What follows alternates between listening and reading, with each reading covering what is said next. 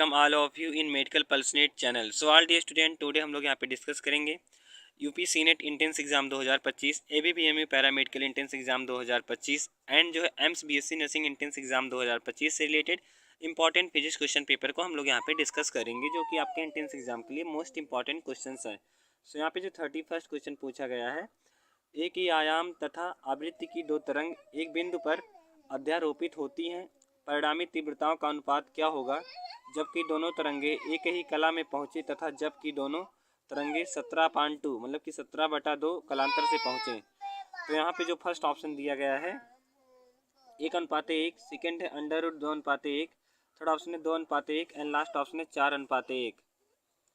तो यहाँ पे पूछा क्या कि एक ही आयाम तथा आवृत्ति की दो तरंगे एक बिंदु पर अध्यारोपित होती है, तो परिणामी तीव्रताओं का अनुपात क्या होगा। तो जो परिणामी तीव्रताओं का अनुपात जो होगा वह जो हो जाएगा 2:1। ऑप्शन सी जो है करेक्ट ऑप्शन रहेगा।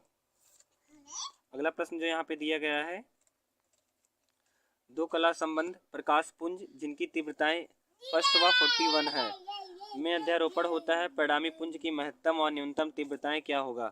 फर्स्ट ऑप्शन है यहाँ पे 5i व 1, सेकेंड है 9i व 1, थर्ड ऑप्शन है 5i व 31 एंड लास्ट ऑप्शन यहाँ पे दिया 91 व 30i। यहाँ पे दिया 9i एंड जो दिया 31। तो जो इस क्वेश्चन का करेक्ट ऑप्शन हो जाएगा हम लोग का यहाँ पे ऑप्शन नंबर बी वाला, जो परिणामी पुंज की जो महत्तम और न्यूनतम तीव्रताएं होंगी, जो महत्तम तीव्रता जो होगा वह कितना हो जाएगा 9i हो जाएगा एंड जो न्यूनतम तीव्रता होगा वह i हो जाएगा। ऑप्शन बी जो है करेक्ट ऑप्शन रहेगा। अगला प्रश्न यहाँ पे दिया गया है, दो तरंगे जिनकी तीव्रताओं का अनुपात कितना है 9:1 है, व्यतिकरण उत्पन्न करती हैं, सबसे अधिक और सबसे कम तीव्रताओं का अनुपात क्या होगा। फर्स्ट ऑप्शन है 10:8, सेकेंड है 9:1, थर्ड ऑप्शन है 4:1 एंड लास्ट ऑप्शन दिया है 2:1। तो सबसे अधिक और सबसे कम तीव्रताओं का जो अनुपात होगा वह 4:1 हो जाएगा। ऑप्शन सी जो है करेक्ट ऑप्शन है। अगला प्रश्न यहाँ पे जो दिया है, यंग के द्विक रेखा छिद्र प्रयोग में व्यतिकरण प्रतिरूप में दीप्त तथा अदीप्त फ्रिंजों की तीव्रताओं में अनुपात 9:1 है। तो इसका अर्थ यह है कि फर्स्ट ऑप्शन यहाँ पे दिया गया है, दोनों छिद्रों के कारण पर्दे पर तीव्रताएं क्रमशः 5 तथा 4 मात्रक हैं। सेकेंड है, दोनों छिद्रों के कारण पर्दे पर तीव्रताएं क्रमशः 4 तथा 5 मात्रक हैं एंड थर्ड ऑप्शन दिया है आयाम अनुपात 3:1 है, लास्ट ऑप्शन है आयाम अनुपात 2:1 है। तो करेक्ट ऑप्शन होगा ऑप्शन नंबर डी वाला, आयाम अनुपात जो होगा वह 2:1 होगा। अगला प्रश्न है, यदि अभिदृश्यक लेंस की फोकस दूरी बढ़ाई जाए तो क्या होगा। फर्स्ट ऑप्शन है सूक्ष्मदर्शी की आवर्धन क्षमता बढ़ेगी किंतु दूरदर्शी की घटेगी। सेकेंड है सूक्ष्मदर्शी व दूरदर्शी दोनों की आवर्धन क्षमताएं बढ़ जाएंगी। थर्ड ऑप्शन है सूक्ष्मदर्शी व दूरदर्शी दोनों की आवर्धन क्षमताएं घट जाएंगी एंड लास्ट ऑप्शन है सूक्ष्मदर्शी की आवर्धन क्षमता घटेगी किंतु दूरदर्शी की बढ़ेगी। तो यदि अभिदृश्यक लेंस की जो फोकस दूरी है उसको बढ़ा दिया जा रहा है, तो जो है सूक्ष्मदर्शी की जो है आवर्धन क्षमता घटेगी किंतु दूरदर्शी की बढ़ेगी। ऑप्शन डी जो है करेक्ट ऑप्शन है। अगला प्रश्न यहाँ पे दिया है, एक खगोलीय दूरदर्शी की आवर्धन क्षमता बढ़ाई जा सकती है यदि। फर्स्ट ऑप्शन है कम फोकस दूरी का अभिदृश्यक प्रयुक्त किया जाए। सेकेंड है अधिक फोकस दूरी की नेत्रिका प्रयुक्त की जाए। थर्ड ऑप्शन है कम फोकस दूरी का अभिदृश्यक तथा अधिक फोकस दूरी की नेत्रिका प्रयुक्त की जाए एंड लास्ट ऑप्शन यहाँ पे दिया है अधिक फोकस दूरी का अभिदृश्यक तथा कम फोकस दूरी की नेत्रिका प्रयुक्त की जाए। सो करेक्ट ऑप्शन होगा ऑप्शन नंबर डी वाला, अधिक फोकस दूरी का अभिदृश्यक तथा कम फोकस दूरी की नेत्रिका प्रयुक्त की जाए। अगला प्रश्न है, सूक्ष्मदर्शी के अभिदृश्यक की फोकस दूरी क्या है। फर्स्ट ऑप्शन है नेत्रिका की फोकस दूरी से अधिक। सेकेंड ऑप्शन दिया है नेत्रिका की फोकस दूरी से कम। थर्ड ऑप्शन है नेत्रिका की फोकस दूरी के बराबर एंड लास्ट ऑप्शन है उपयुक्त में से कोई नहीं। तो करेक्ट ऑप्शन होगा ऑप्शन नंबर सी वाला, नेत्रिका की फोकस दूरी के बराबर होता है। ऑप्शन सी जो है करेक्ट ऑप्शन है। ऑप्शन सी नहीं, यहाँ पे बी करेक्ट रहेगा, नेत्रिका की फोकस दूरी से कम होता है। ऑप्शन बी जो है करेक्ट ऑप्शन रहेगा। अगला प्रश्न यहाँ पे दिया है, संयुक्त सूक्ष्मदर्शी में अभिदृश्यक तथा नेत्रिका के बीच बनने वाला प्रतिबिंब है। तो फर्स्ट ऑप्शन है आभासी सीधा तथा आवर्धित। सेकेंड है वास्तविक सीधा तथा आवर्धित। थर्ड ऑप्शन है वास्तविक, उल्टा तथा आवर्धित, एंड लास्ट ऑप्शन है आभासी, सीधा तथा छोटा। तो संयुक्त सूक्ष्मदर्शी में दृश्यक तथा नेत्रिका के बीच बनने वाला जो प्रतिबिंब होगा वह जो है वास्तविक होगा, रियल होगा, उल्टा होगा मतलब कि इन्वर्ट होगा, एंड आवर्धित होगा, मैग्नीफाइड होगा। ऑप्शन सी जो है करेक्ट ऑप्शन है। अगला प्रश्न है स्वस्थ आँख के लिए दूरबिंदु स्थित होता है। फर्स्ट ऑप्शन है 25 सेंटीमीटर पर, सेकेंड है 50 सेंटीमीटर पर, थर्ड ऑप्शन है 100 सेंटीमीटर पर, एंड लास्ट ऑप्शन है अनंत पर। तो जो एक हेल्दी आई के लिए जो दूरबिंदु स्थित होता है वह जो है अनंत पर, इनफाइनाइट पर स्थित होता है। ऑप्शन डी जो है करेक्ट ऑप्शन है। अगला प्रश्न है एक मनुष्य की अस्पष्ट दृष्टि की न्यूनतम दूरी क्या होती है। फर्स्ट ऑप्शन है 15 सेंटीमीटर, सेकेंड है 20 सेंटीमीटर, थर्ड ऑप्शन है 25 सेंटीमीटर, एंड लास्ट ऑप्शन है 30 सेंटीमीटर। तो एक मनुष्य की स्पष्ट दृष्टि की जो न्यूनतम दूरी होती है वह जो 25 सेंटीमीटर होता है। अगला प्रश्न यहाँ पे दिया गया है नेत्र लेंस कैसा होता है। फर्स्ट ऑप्शन है अभिसारी, सेकेंड है अपसारी, थर्ड ऑप्शन है उत्तल व अवतल, एंड लास्ट ऑप्शन है इनमें से कोई नहीं। तो नेत्र लेंस जो होता है वह जो है अभिसारी होता है। ऑप्शन ई जो है करेक्ट ऑप्शन रहेगा। अगला प्रश्न यहाँ पे दूरदृष्टि दोष से पीड़ित व्यक्ति अपने चश्मे में प्रयुक्त करता है। तो दूरदृष्टि दोष से पीड़ित व्यक्ति के लिए पूछ रहा है, तो दूरदृष्टि के लिए क्या प्रयोग किया जाता है, कौन सा लेंस ये बताना है। फर्स्ट ऑप्शन है अवतल लेंस, सेकेंड है अवतल दर्पण, थर्ड ऑप्शन है उत्तल लेंस, एंड लास्ट ऑप्शन है उत्तल दर्पण। तो करेक्ट ऑप्शन हो जाएगा यहाँ पे हम लोग का ऑप्शन नंबर सी वाला। जो अगर दूरदृष्टि दोष से पीड़ित व्यक्ति के लिए पूछ रहा है तो उत्तल लेंस रहेगा, अगर निकट से पूछे तो अवतल लेंस रहेगा। तो इसको आप लोग इस ट्रिक से याद कर सकते हैं। किससे, आपको किसी भी पर्सन जिसका नाम अनिल है उसको याद कर लेना है, अनिल नाम को आपको याद कर लेना है। तो आ से हो जाएगा अवतल, और नी से हो जाएगा निकट, और यल से हो जाएगा लेंस। तो अवतल लेंस का उपयोग हम किस में करते हैं, निकट दृष्टि दोष में, बट हम दूर दृष्टि दोष में किसका कर रहे हैं, उत्तल लेंस का कर रहे हैं। अगला प्रश्न जो कि यहाँ पे बहुत इजी क्वेश्चन है, निकट दृष्टि दोष के निवारण के लिए चश्मे में प्रयुक्त करना चाहिए। फर्स्ट ऑप्शन है अवतल लेंस, सेकेंड है अवतल दर्पण, थर्ड ऑप्शन है उत्तल लेंस, एंड लास्ट ऑप्शन है उत्तल दर्पण। तो इस क्वेश्चन का आंसर आप लोग कहाँ पे बताएंगे, कमेंट बॉक्स में करके आप लोग इस क्वेश्चन का आंसर बताएंगे कमेंट बॉक्स में। देखते हैं कितने स्टूडेंट को इस क्वेश्चन का आंसर पता है कि जो निकट दृष्टि दोष है उसके निवारण के लिए हम चश्मे में कौन सा लेंस प्रयुक्त करते ही बताना है, आपको कमेंट बॉक्स में बताना है। अगला प्रश्न यहाँ पे दूरदृष्टि दोष से पीड़ित व्यक्ति का निकट बिंदु स्थित होगा। फर्स्ट ऑप्शन है 25 सेंटीमीटर दूरी पर, थर्ड ऑप्शन है 25 सेंटीमीटर से कम दूरी पर, थर्ड ऑप्शन है यहाँ पे 25 सेंटीमीटर से अधिक दूरी पर, एंड लास्ट ऑप्शन है अनंत पर। तो करेक्ट ऑप्शन हम लोग का ऑप्शन नंबर सी वाला 25 सेंटीमीटर से अधिक दूरी पर। अगला प्रश्न है दूरदृष्टि दोष के कारण प्रतिबिंब कहाँ बनता है।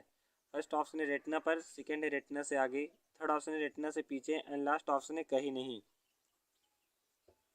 तो करेक्ट ऑप्शन है ऑप्शन नंबर सी वाला रेटिना से पीछे। अगला प्रश्न है एक व्यक्ति +2 डायोप्टर क्षमता का चश्मा प्रयोग करता है, उसका दृष्टि दोष कौन सा है। फर्स्ट ऑप्शन निकट दृष्टि दोष, सेकेंड है दूर दृष्टि दोष, थर्ड ऑप्शन है जरा दूर दृष्टि दोष, एंड लास्ट ऑप्शन है अबिंदुकता। तो करेक्ट ऑप्शन होगा यहाँ पे हम लोग का ऑप्शन नंबर बी वाला दूर दृष्टि दोष। अगला प्रश्न है मानव नेत्र में ह्यूमन आई में रेटिना पर बनने वाला प्रतिबिंब कैसा होता है। फर्स्ट ऑप्शन है सीधा होता है परंतु उल्टा दिखाई देता है, सेकेंड है उल्टा होता है परंतु सीधा दिखाई देता है, थर्ड ऑप्शन है सीधा होता है सीधा दिखाई देता है, एंड लास्ट ऑप्शन है उल्टा होता है उल्टा दिखाई देता है। तो मानव नेत्र में रेटिना पर बनने वाला जो प्रतिबिंब होता है वह जो है उल्टा होता है और सीधा दिखाई देता है। ऑप्शन बी जो है करेक्ट ऑप्शन रहेगा। अगला प्रश्न है वॉशिंग मशीन का कार्य सिद्धांत किस पर आधारित है। फर्स्ट ऑप्शन है उपकेंद्रण, सेकेंड है विसरण, थर्ड ऑप्शन है अपकेंद्रण, एंड लास्ट ऑप्शन है अपोहन। तो जो वॉशिंग मशीन होता है उसका कार्य सिद्धांत जो है वह अपकेंद्रण पर बेस्ड होता है। ऑप्शन सी जो है करेक्ट ऑप्शन रहेगा। अगला प्रश्न है एक लिफ्ट में किसी व्यक्ति का प्रत्यक्ष भार वास्तविक भार से कम होता है जब लिफ्ट जा रही है। फर्स्ट ऑप्शन है त्वरण के साथ ऊपर, सेकेंड है सामान्य गति से नीचे, थर्ड ऑप्शन है सामान्य गति के साथ ऊपर, एंड लास्ट ऑप्शन है त्वरण के साथ नीचे। तो यह क्वेश्चन जो आपके प्रीवियस ईयर यूपी सीनेट के एंट्रेंस एग्जाम 2024 में पूछा हुआ क्वेश्चन है। बाकी ऊपर जो मैंने क्वेश्चन कराए उसमें से भी 3 क्वेश्चन जो आपके जो है previous year intense exam UPC net में पूछे गए थे।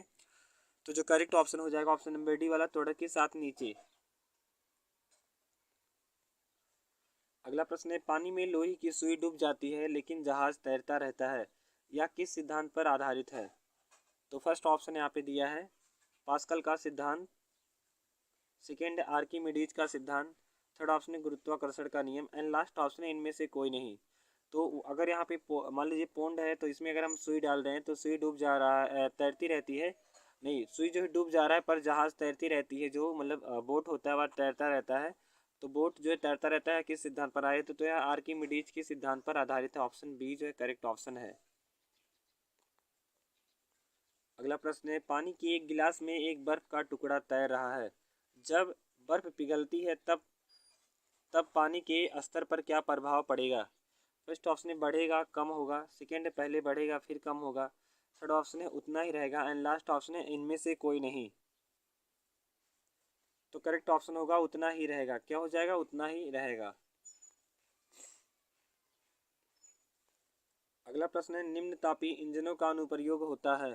फर्स्ट ऑप्शन है पनडुब्बी नोदन में, सेकेंड है अति चालकता विषयक अनुसंधानों में, थर्ड ऑप्शन है रॉकेट प्रौद्योगिकी में, एंड लास्ट ऑप्शन है तुषार मुक्त परिस्थितियों में। तो निम्न तापी इंजनों का जो अनुप्रयोग होता है वह जो है रॉकेट प्रौद्योगिकी में किया जाता है। अगला प्रश्न जो कि आपके प्रीवियस ईयर यूपीपीएससी नर्सिंग के एंट्रेंस एग्जाम 2024 से बिलोंग करता है, पूछा गया था।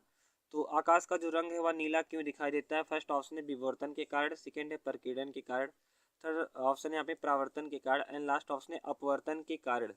सो स्काई का रंग ब्लू इसलिए दिखाई देता है वह जो प्रकाश के प्रकीर्णन के कारण दिखाई देता है। ऑप्शन बी जो करेक्ट ऑप्शन है। अगर जो आपको जो समुद्र है उसका वाटर जो कैसा दिख रहा है, ब्लू, जो समुद्र का वाटर है वह ब्लू दिख रहा है, तो यह भी जो है क्या होता है प्रकीर्णन, प्रकाश के प्रकीर्णन के कारण दिखाई देता है। और अगर आपको सूर्यास्त के समय जब सन इंड होता है at the time of evening, तो जो सूर्यास्त क्या होता है जो बहुत ही क्या दिखता है, बहुत ही ज़्यादा येलो या फिर ऑरेंज कलर का दिखता है, मतलब जो चमकता है अधिक, तो अभी प्रकाश के प्रकीर्णन के कारण होता है। तीनों घटना प्रकाश के प्रकीर्णन के कारण होते हैं। अगला प्रश्न है, एक सामान्य मानव के लिए श्रव्य आवृत्ति सीमा लगभग कितनी होती है? फर्स्ट ऑप्शन है 20 हर्ट्ज से 2000 हर्ट्ज, सेकेंड है 0 हर्ट्ज से 20 किलो हर्ट्ज, थर्ड ऑप्शन है 20 हर्ट्ज से 20 kilo hertz, and last option है 0 हर्ट्ज से जो है 20 हर्ट्ज। तो जो एक सामान्य मानव के लिए श्रव्य आवृत्ति सीमा है वह जो कितना होता है 20 हर्ट्ज से लेके 20 किलो हर्ट्ज तक होता है। ऑप्शन सी जो है करेक्ट ऑप्शन रहेगा। अगला प्रश्न है, रिक्टर स्केल क्या मापता है? जो रिक्टर स्केल है वह क्या मापता है?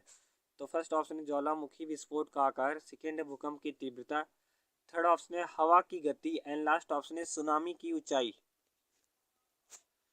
तो रिक्टर स्केल होता है वह जो है भूकंप की तीव्रता को मापता है। ऑप्शन बी जो है करेक्ट ऑप्शन रहेगा।